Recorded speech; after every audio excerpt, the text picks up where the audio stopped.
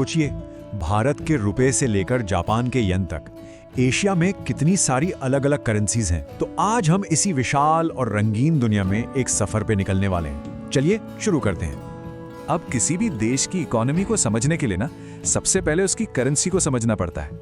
तो सवाल बिल्कुल सीधा सा है, आखिर ये करेंसी होती क्या है?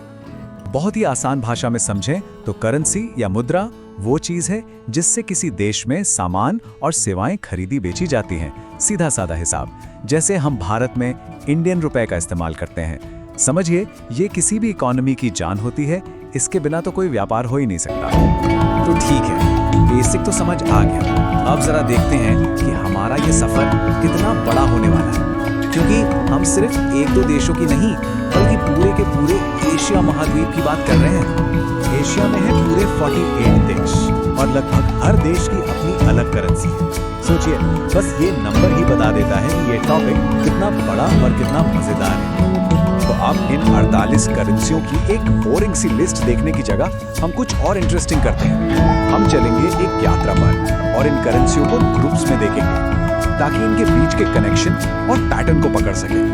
तो चलिए शुरुआत करते हैं एक ऐसे नाम से जिसे हम सब अच्छी तरह जानते हैं, रुपया। और ये नाम सिर्फ भारत तक ही नहीं है बल्कि कई एशियाई देशों में चलता है। इसे हम कह सकते हैं रूपी फैमिली। और ये देखना कितना कमाल का है कि कैसे एक ही नाम थोड़े बहुत बदलाव के साथ पूरे साउथ एशिया और साउथ ईस्ट एशिया में फैला हुआ है।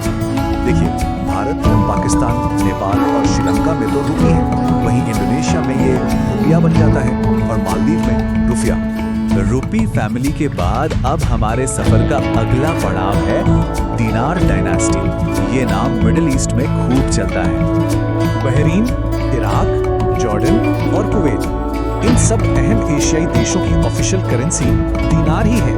ये इस पूरे इलाके में एक मजबूत आर्थिक कनेक्शन को भी दिखाता है।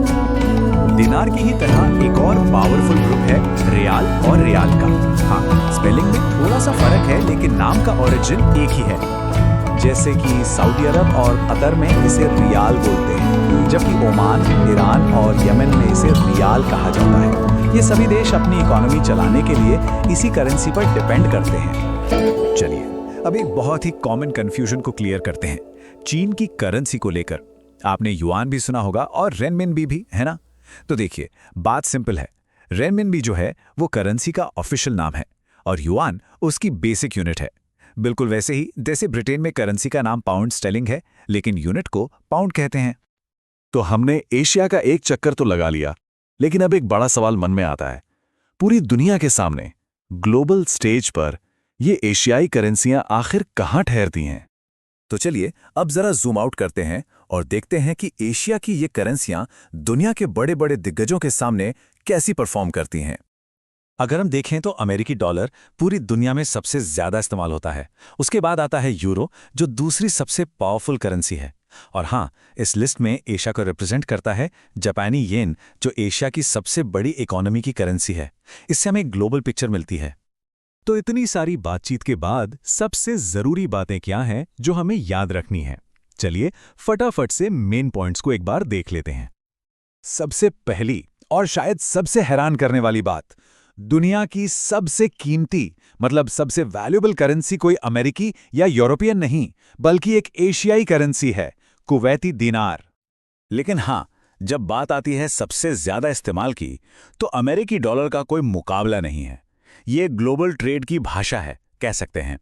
और ये भी याद रखना जरूरी है कि एशिया की सबसे बड़ी इकोनॉमी यानी जापान की करेंसी है येन। ग्लोबल फाइनेंस में इसकी अपनी एक बहुत बड़ी जगह है।